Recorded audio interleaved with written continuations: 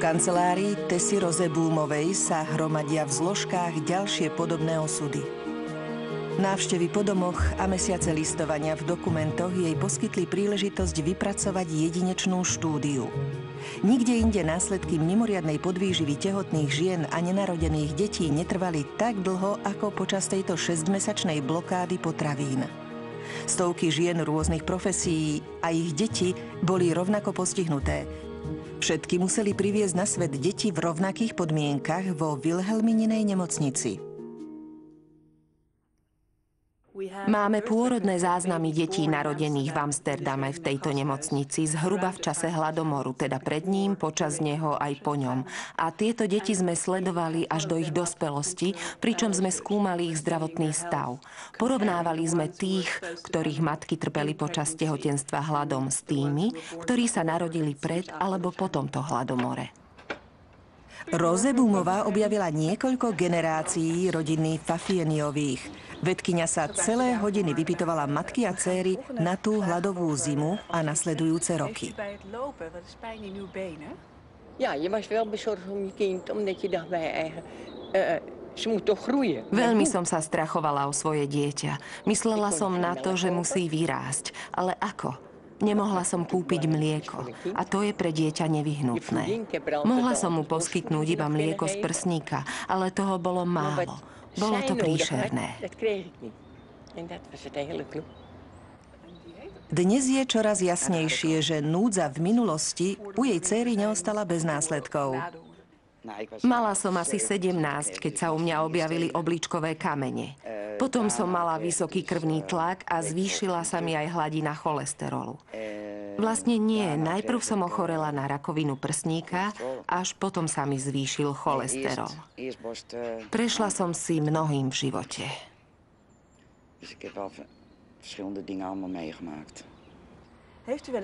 Jej zdravotný stav ju priviedol k premýšľaniu. Nee, ik zou het dus niet een verband kunnen leggen met iets. Ik zou het echt niet weten. Ik zou het echt niet weten. Nemala som preto vysvetlenie.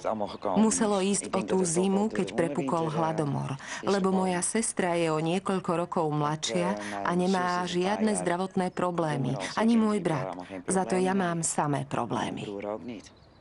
Ik ben degene dus die alle probleempjes heeft. Podvyživené telá novorodencov celkom určite zachovali nejaké informácie o tom, ako sa vyrovnať s jedlom na zvyšok života. Zaujímavé bolo pozorovanie, že u ľudí, ktorí sa narodia s nízkou pôrodnou hmotnosťou a narodia sa malí, je veľmi vysoké riziko chronických chorôb vo vyššom veku, napríklad diabetu typu 2 či srdcovo-cievnych chorôb. Nazýva sa to environmentálne naprogramovanie chorôb v dospelosti.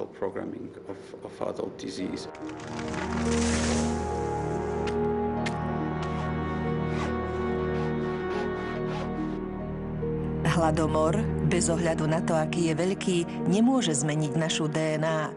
Podvýživa však neustále zapája a vypája gény u detí povojnovej generácie.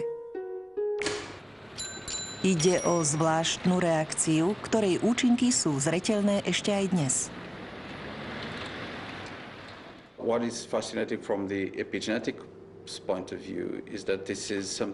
z epigenetického hľadiska je úžasné to, že ide o niečo, čo sa už stalo, no má to oneskorený biologický účinok. A keďže epigenetika sa radí s pamäťou buniek a má veľmi stabilné znaky, môže prenášať pamäť z raného štádia života do budúcich 10 ročí.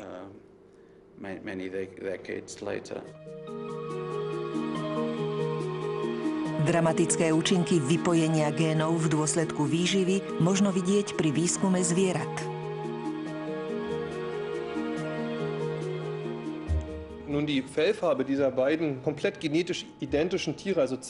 Tieto zvieratá sú geneticky totožné.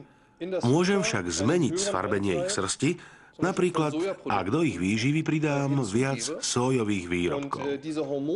Hormóny v soji zodpovedajú za zmenu sfarbenia srsti.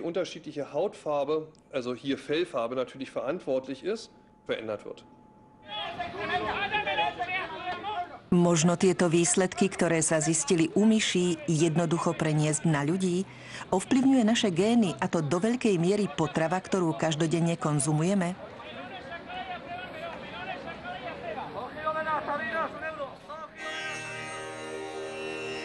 Odpoveď možno nájdeme v jednej juhoindickej etnickej skupine, ktorá nekonzumuje mäso z náboženských dôvodov. Dospelí aj deti sú spravidla zdraví, a to i napriek nevhodnej hygiene z hľadiska západných noriem. Zdá sa, že ich výživa im dodáva všetko potrebné. Niektoré rodiny sa presťahovali do Európy a aj naďalej dodržiavali stravovacie návyky z domu, no mnohí rýchlo ochoreli. Príčinou je dôkladne očistená zelenina, ktorá už neobsahuje baktérie, ktoré týmto vegánom z Indie poskytujú epigeneticky dôležitý vitamín B12.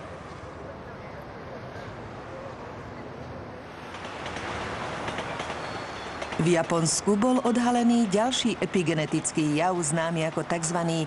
Japonský paradox. Napriek tomu, že ide o industrializovanú hektickú spoločnosť, krajina má nižšiu mieru výskytu rakoviny než iné porovnateľné krajiny. Riešením tejto hádanky je zelený čaj. Tento nápoj je v Japonsku taký rozšírený, že dokonca znižuje štatistiku rakoviny.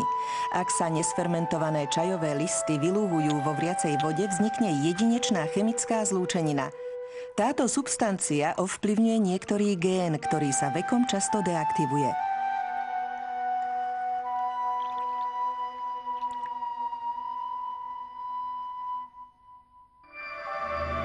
Zelený čaj odstraňuje metylové skupiny z vypojených génov a jednoducho ich opäť zapája. Aktivovaný gén znovu začína vytvárať telesné substancie bojujúce proti rakovine. Podľa mňa je vzrušujúce, že teoreticky by každá jednotlivá choroba mohla mať dôležitú epigenetickú zložku, lebo prakticky všetky gény v genóme sú regulované epigenetickými znakmi. Sú epigenetické markery, genetické spínače, zodpovedné aj za mentálne choroby? Najnovší výskum naznačuje, že príčiny schizofrénie, ktoré dodnes nie sú celkom jasné, musia mať epigenetický charakter. Pochopiť túto skutočnosť opäť pomohol hladomor. Stopy tentoraz vedú do Číny. Na konci 50. rokov minulého storočia Mao Tse-tung nariadil, aby sa všetci muži aj ženy podielali na výrobe ocele. Nikto sa nestaral o polia. Pšenica 3 roky hnila. Ľudia zo zúfalstva začali jesť kôru stromov. 15 miliónov ľudí zomrelo a výskyt schizofrénie u nasledujúcej generácie sa v Číne zdvojnásobil.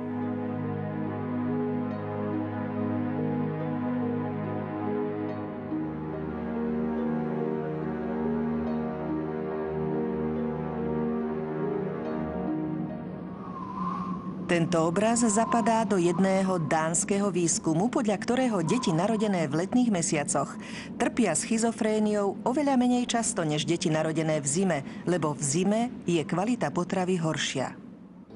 Potrebujete výživu veľmi bohatú na metylovú skupinu. Mohol by to byť folát, prítomný napríklad v baklažáne a fazuli. Pri konzumácii tejto potravy enzymy, ktoré môžu privádzať metyl, zostávajú aktívne. Vieme o spojení medzi metyláciou a aktivitou génov.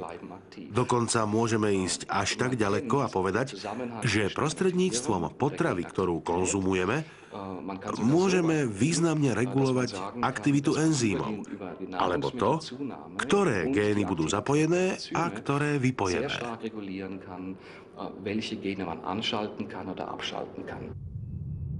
Naše telo ustavične obnovuje svoje bunky prostredníctvom ich delenia. Nejaká naša časť nie je staršia než 7 rokov. Materiál pre toto celoživotné stavenisko pochádza z našej stravy. Aby sa bunky mohli deliť, musia dosiahnuť nepredstaviteľný úspech. Naša DNA obsahuje 3,2 miliardy základných párov. Pri delení buniek musia bunky za 20 hodín presunúť každú sekundu viac než 44 000 základných párov na správne miesto. Ak bunkám chýba všetok potrebný stavebný materiál vinou podvýživy, Môžu sa objaviť poruchy a strácajú sa ich informácie. Stravovacie poruchy, napríklad bulímia, sa už dávno stali súčasťou modernej spoločnosti. No aj modelky, ktoré trpia hladom a sú len kosť a koža, chcú mať jedného dňa deti. Čo ak všetky stavebné materiály, ktoré bunky potrebujú pre zdravý rast v maternici, napríklad kyselinu listovú a vitamín B12, nie sú dostupné, lebo matka počas tehotenstva neustále zvracia?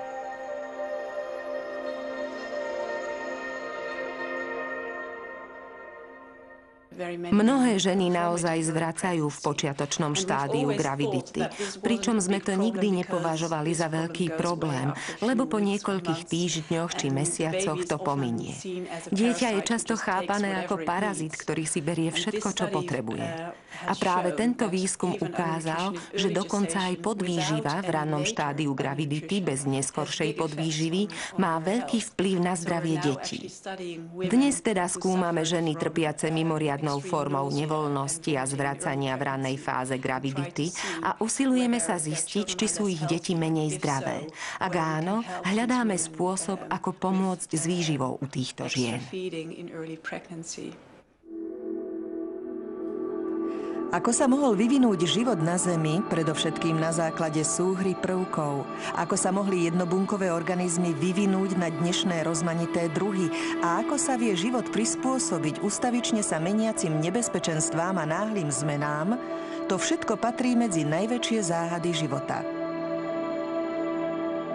Pokiaľ na tieto otázky nenájdeme odpoveď, môžeme sa na ne pozerať len ako na zázrak, ktorý treba preskúmať. Zákon evolúcie so svojimi nástrojmi mutácie a výberu ponúka len čiastočné vysvetlenie uvedeného zázraku. Zapájaním a vypájaním génov v rámci jednej generácie pracuje epigenetika s oveľa rýchlejšou časovou škálou, umožňuje rýchle odpovede na environmentálne zmeny. Epigenetika sa rýchlo stala populárnou biologickou disciplínou. Vedci z Európskej epigenómovej siete sa stretli v Madride, aby si vymenili výsledky najnovších výskumov. Atmosféra je euforická.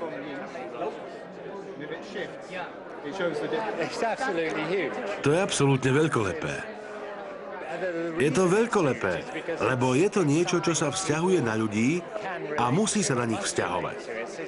V podstate ide o to, ako prostredie ovplyvňuje náš genóm, ako prostredie ovplyvňuje fungovanie génov. Pre každého to má zásadný význam. Ide o mladú generáciu vedcov, ktorí si už jasne uvedomujú význam výživy. Výsledky ich výskumu poskytujú vedecké dôkazy o tom, prečo bol niektorý druh stravy vysoko hodnotený už v minulosti. Rybí tuk a plody mora v zime aktivujú gény, ktoré vytvárajú protilátky. V lete nás zasa niektoré druhy ovocia chránia pred nekontrolovateľným rastom buniek, to jest rakovinou. Starí majstri zväčšnili mnohé epigeneticky najaktívnejšie pokrmy bez toho, aby si to vôbec uvedomovali.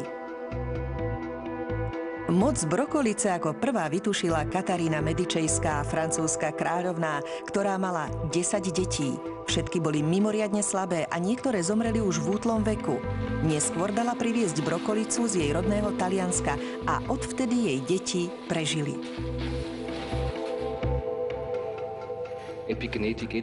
Epigenetika si kladie starú otázku. Či naša DNA obsahuje všetky informácie, ktoré určujú náš vývin?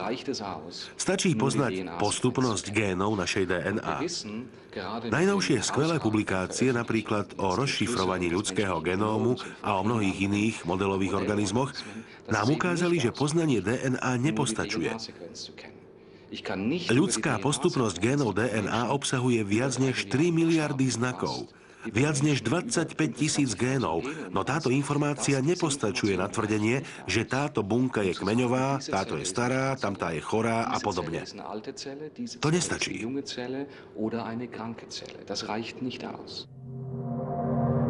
Vďaka zapájaniu a vypájaniu génov môžu mať chromozómy mnohé odlišné kombinácie aktívnych génov. To znamená, že existujú informácie na druhej úrovni. Náš epigenóm, biochemický trik, vďaka ktorému možno dosiahnuť neuveriteľné veci s našou kompaktnou DNA. Nedávno bol vo Švajčiarsku zaznamenaný senzačný objav, ktorý môže mať nepredstaviteľný vplyv na náš výskum. Na univerzite v Bazílei epigenetik Renato Paro zohrial vajíčka špeciálnych mušiek na 37 stupňov Celzia.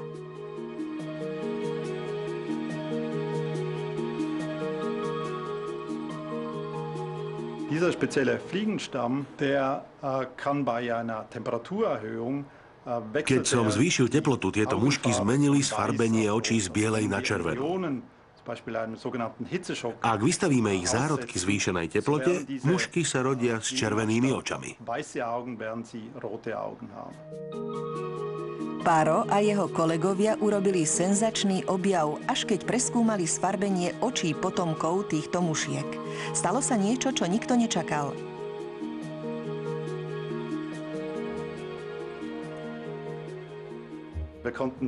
Zistili sme, že aj potomkovia týchto mušiek mali červené oči, aj keď neboli vystavení nejakým vonkajším faktorom, napríklad zvýšenej teplote. Ukázalo sa, že túto vlastnosť možno preniesť epigeneticky.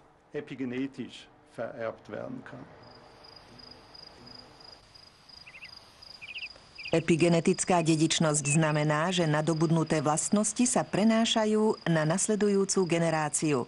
Toto tvrdenie sa dlho prijímalo s veľkou nevôľou, bolo však dokázané na rastlinách.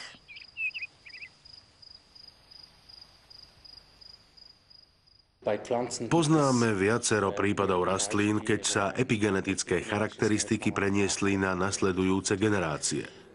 Ide o zmenu sfarbenia semien či korunných lupienkov kvetov, ktorá sa preniesla ďalej na základe epigenetických zmien. Domnievam sa, že epigenetika umožňuje rýchle reakcie a ak sú pre rastliny dobré, môžu sa preniesť na nasledujúce generácie. Bolo opísané veľké množstvo epigenetických procesov pri rastlinách a zistili sme, že rovnaké mechanizmy fungujú aj pri živočíchoch. Genómový odtlačok u rastlín bol opísaný už na začiatku 70. rokov minulého storočia a o 10 rokov neskôr bol objavený aj pri myšiach.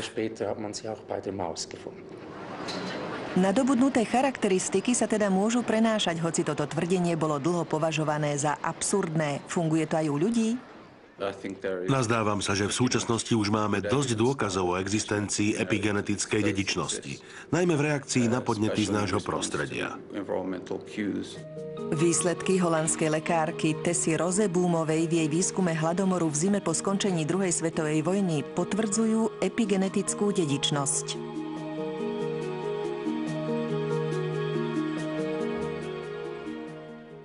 Ak sa narodíte s poveternostnou predpoveďou drsných podmienok, s veľkou pravdepodobnosťou budete veľmi účinne spracovávať potravu.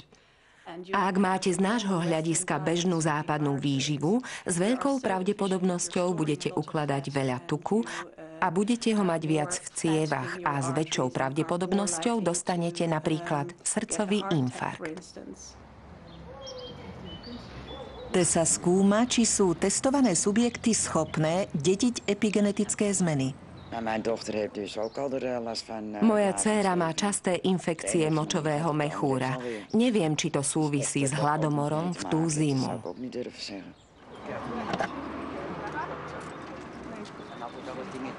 Lekárka ju chce vidieť.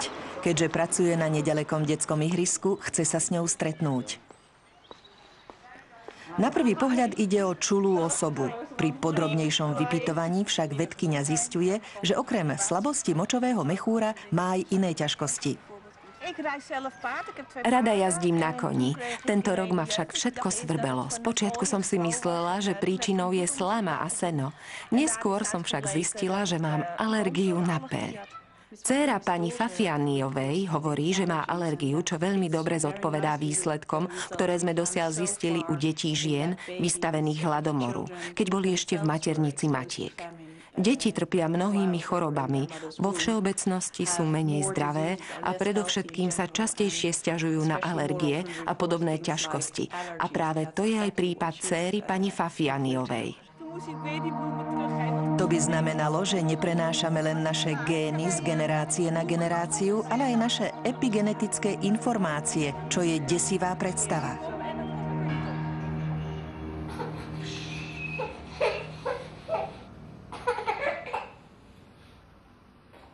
Deti v maternici a novorodenci vedia zistiť potravovú situáciu, ktorej sú vystavené. Výživa, ktorú dostanú v prvých mesiacoch života, naprogramuje ich telo na zvyšok života. Dôležitá je teda nie len strava, ale aj obal, v ktorom je zabalená. Detské fľaštičky vyrobené z polikarbonátu obsahujú látku, ktorá sa v malých dávkach vylúhuje.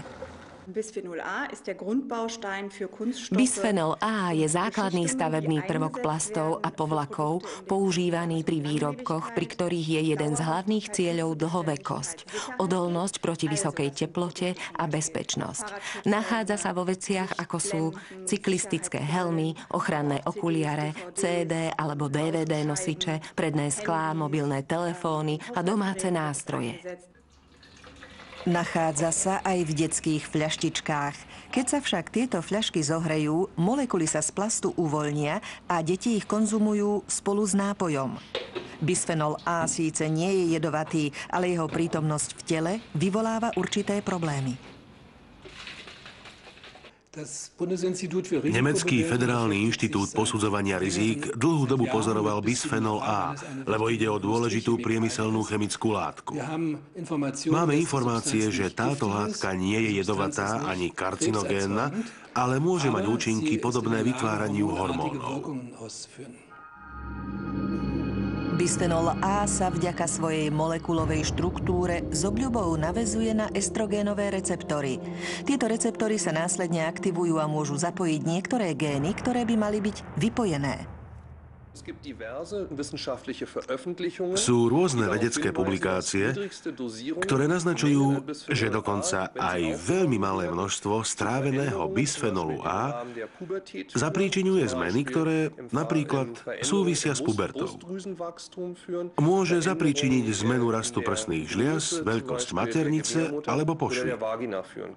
Vedci majú podozrenie, že bisphenol A môže dokonca naprogramovať telo dievčaťa vstupujúceho do puberty.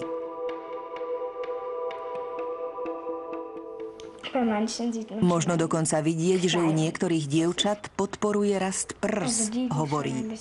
Tie dievčatá by boli opäť rady deťmi. Myslím, že som príliš mladá, mám len 9 rokov. Pokusy na zvieratách dokázali spojenie medzi pohlavnou zrelosťou a touto všade prítomnou chemickou látkou. Európske autority stále nevidia dôvod konať, dokonca aj keď ustavičné zahrievanie detských fliaš vedie k ich výraznému opotrebovaniu a zvyšok urobia prvé zuby detí. Dôležitá vec, pokiaľ ide o posúdenie účinkov tejto substancie, je, že bisphenol A sa u ľudí plne a veľmi rýchlo metabolizuje. Ľudský metabolizmus tak ihneď eliminuje tento umelý hormón. Ako však možno vysvetliť výsledky získané v berlínskej nemocnici Charité? Boli sme prvá pracovná skupina na svete, ktorej sa podarilo dokázať, že substanciu bisphenol A možno nájsť v krvi tehotných žien, ako aj u ich novorodencov. Gény sú pripravené na zapojenie alebo vypojenie u plodov, aby ich čo najviac pripravili na život. Niektoré z týchto spínačov zostávajú aktívne niekoľko generácií. Manipulujeme s génmi našich vnúčat bez toho, aby sme to vôbec vedeli. Umelý hormón bisphenol A sa nevyskytuje len v detských fľašiach. Väčšina plechoviek, ktoré sa používajú v potravinárskom priemysle, obsahuje bisphenol A. Potom, čo ich naplnia, nakrátko ich zahrejú. Výsledkom pôsobenia tejto látky by podľa vedcov mohol byť aj celoživotný sklon k obezite. Dokázali to totiž pokusy na potkanoch.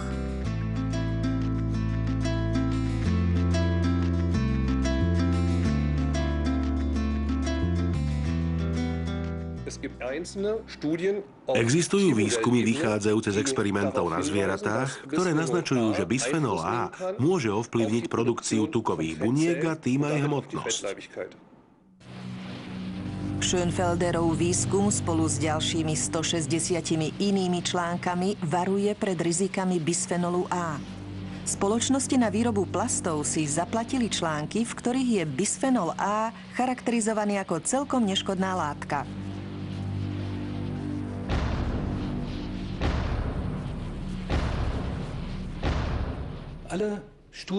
Všetky výskumy, ktoré sa viedli podľa tohto návrhu, jasne ukázali, že táto substancia je celkom bezriziková. Nie je dôvod spochybňovať bisfenol A v jeho aplikáciách. Výrobky z neho sú dobré a bezpečné.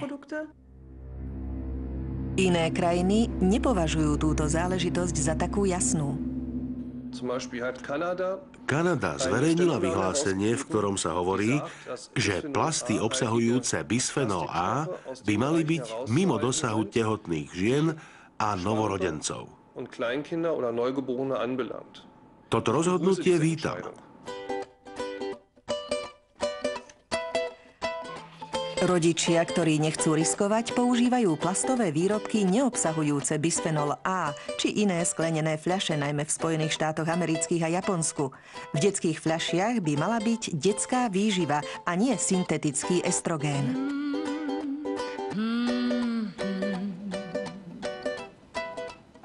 Naša výživa ovplyvňuje naše zdravie a často na zvyšok života.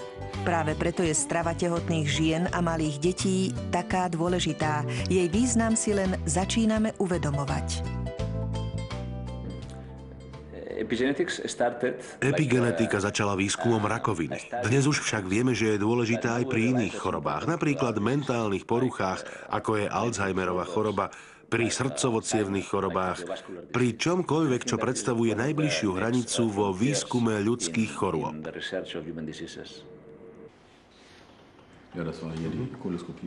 Naša tráviaca sústava je často postihnutá rakovinovými nádormi. Epigenetici v Berlíne sa spojili s lekármi, aby táto mladá vedecká disciplína čo najviac pomohla v prevencii proti rakovine. Je veľmi užitočné zavčasu objaviť rakovinový nádor. Samozrejme je lepšie zistiť problém skôr, ako sa ukáže, že ide o rakovinu, aby sa dalo predísť tejto chorobe. Ak sa diagnostikuje zavčasu, pacienti majú veľmi dobrú šancu vyliečiť sa. Neskôr je stav oveľa vážnejší. Aby sa predišlo zhoršovaniu zdravotného stavu, berlínski vedci vypracovali novú metódu. Postačí na to pravidelný odber krvi. DNA pacientov totiž možno extrahovať z krvnej plazmy. Krvná plazma obsahuje čiastočky DNA, ktoré pochádzajú z nádoru. Bunky v nádore odumierajú, pritom však vylučujú DNA, ktorá sa dostáva do krvného obehu. Ak odoberieme krvnú vzorku, môžeme nájsť DNA nádoru, ale len preto, lebo metylový odtlačok DNA sa líši od odtlačku DNA v krvi zdravého človeka. Vzorec metylácie u pacientov s rakovinou je výsledkom génov, ktoré sú v nádore zapojené alebo vypojené. Ak sa tieto vzorce nájdu, je pravdepodobná aj rakovina čriev. Aj keď má táto metóda stále len skúšobný charakter, výhody epigenetickej diagnózy sú zrejmé. Rakovinu možno zistiť oveľa skôr v rámci bežného vyšetrenia. Epigenetická medicína by mohla liečiť choroby skôr, ako prepuknú.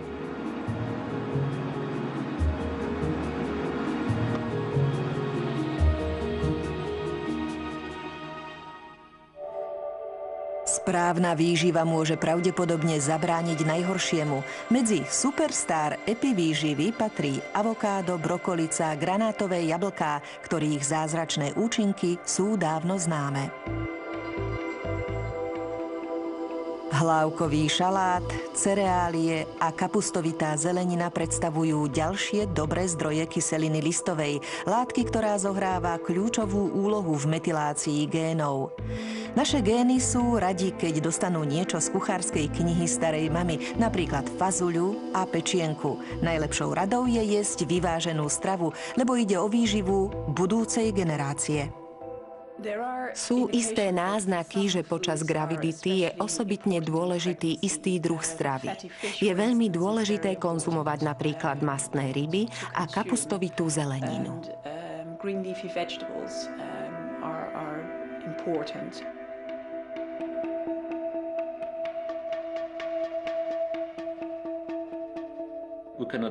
Za svoje správanie či choroby nemôžeme na 100% obviňovať genetiku, lebo aj my máme svoj podiel zodpovednosti. Vďaka epigenetike však môžeme zmeniť to, ako sa tieto gény prejavujú. A to súvisí s našim správaním aj s tým, ako odhaliť rôzne karcinogény či odlišné látky z prostredia.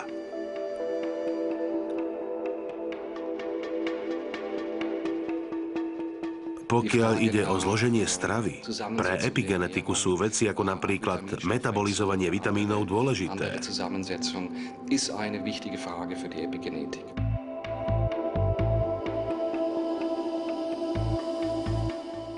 Áno, samozrejme, že budeme vedieť porozumieť svojej práci a to, že rozumieme, ako to funguje, zároveň znamená, že tomu budeme vedieť zabrániť.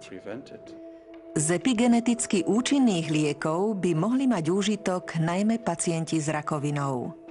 Da eben epigenetische Veränderung nicht so festgelegt werden. Keďže epigenetické zmeny nie sú pevne dané ako genetické zmeny, môžeme dúfať, že nájdeme látky, ktoré by navrátili tieto epigenetické zmeny.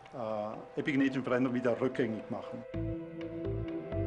Stará múdrosť, ste to, čo jete, sa ukázala byť pravdivá.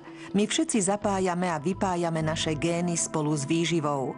Preto kontrolujeme svoj vzhľad, správanie a zdravie často po celý život a dokonca aj v nasledujúcej generácii.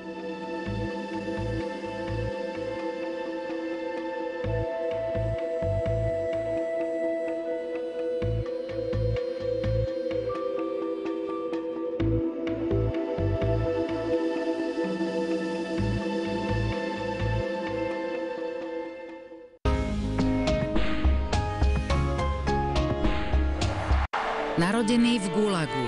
Mamu zobrali po vojne, vlastne nevinne obvinili za špionáž. Túži nájsť svoju minulosť a rodinu.